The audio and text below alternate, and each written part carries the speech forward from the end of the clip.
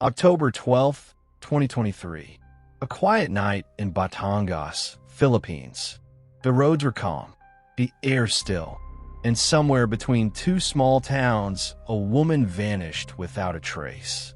Her name, Catherine Camilon, 26 years old, a beauty queen, a public school teacher, and to everyone who knew her, a bright, passionate young woman with a gentle smile and a promising future. But on that night, something happened. Something that still, to this day, no one can fully explain. Catherine left her home in Lemery that evening, driving her metallic gray Toyota Vios toward Batangas City. She was supposed to meet a friend for dinner. She never arrived. Around 8 p.m., she sent her mother a brief message. "I'm at a gas station in Bonn. I'll be there soon." It would be the last message she ever sent. Hours passed. Her phone stopped ringing. Her social media, silent.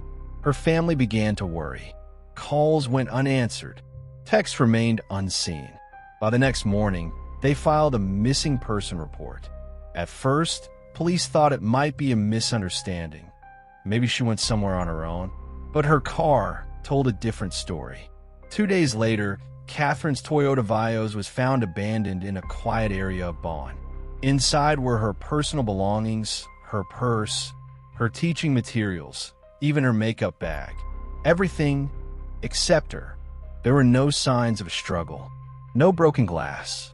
No blood. Just emptiness. A beautiful woman had simply disappeared in a country full of people, traffic, and cameras.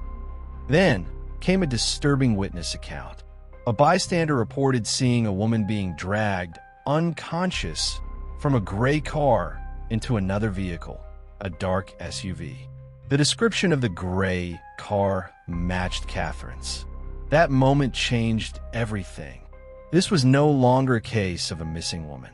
This was a possible abduction. As investigators dug deeper, one name surfaced. Police Major Alain de Castro. De Castro was not a stranger to Catherine. In fact, reports suggested they had known each other personally. Some described it as a close friendship. Others hinted at something more. But soon after Catherine vanished, De Castro stopped reporting for duty. He disappeared from the radar, along with his driver bodyguard. Catherine's family pleaded for help. Her mother, holding her daughter's picture, begged on national television. "If anyone knows where she is, please bring her home." Social media exploded. Hashtag Justice for Catherine trended across the Philippines. News anchors covered the case daily. But the investigation moved painfully slow. When police finally questioned De Castro, he denied everything. He claimed he had nothing to do with Catherine's disappearance. No evidence, no confession, just silence. Yet, witnesses insisted otherwise. One of them, the same bystander who reported the abduction, identified a man resembling De Castro's driver as the one forcing Catherine into the SUV. But even that wasn't enough. The case began to stall. Weeks turned into months. Rumors spread like wildfire. Some believed Catherine had been silenced because she knew something she was never meant to reveal. Others believed it was a crime of passion, a relationship gone terribly wrong. Then came another strange twist. A former officer confessed, not to the crime, but to hearing gunshots on the same night Catherine vanished. He said the sounds came from an isolated area near the coastline, the same area her car had been abandoned in. But once again, no body was ever found. Her family refused to give up. They organized searches, candlelight vigils, and public appeals. Her sister said in one interview, "Catherine wasn't just a teacher. She was our light. We will never stop until she comes home."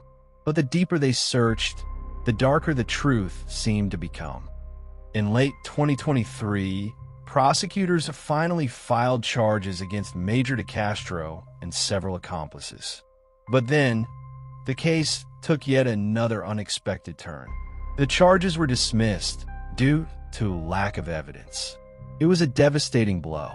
A high-ranking officer implicated in a woman's disappearance, and yet no accountability, no justice. By 2024, the case had faded from the headlines. But Catherine's name never truly disappeared. Her face remains on posters, her story whispered through the halls of schools where she once taught. A chilling reminder of how fragile justice can be, and how easily a life can vanish. Was Catherine the victim of a powerful cover-up? Was it jealousy? Or was she simply in the wrong place at the wrong time? To this day, there are no answers. No closure. Only questions that echo louder with every passing year. Catherine Camilon, 26 years old, gone without a trace. If you've seen her, if you've heard something, if you know anything, someone out there still waits for the truth. Because in the world of the unsolved, every silence hides a story, and some stories refuse to stay buried. This was the disappearance of Catherine Camilon, vanished without a trace. If this story moved you, please like, share, and help keep her memory alive. And remember, tomorrow's truth begins with yesterday's whispers. Subscribe to Whispers Unsolved. Some mysteries aren't meant to be solved.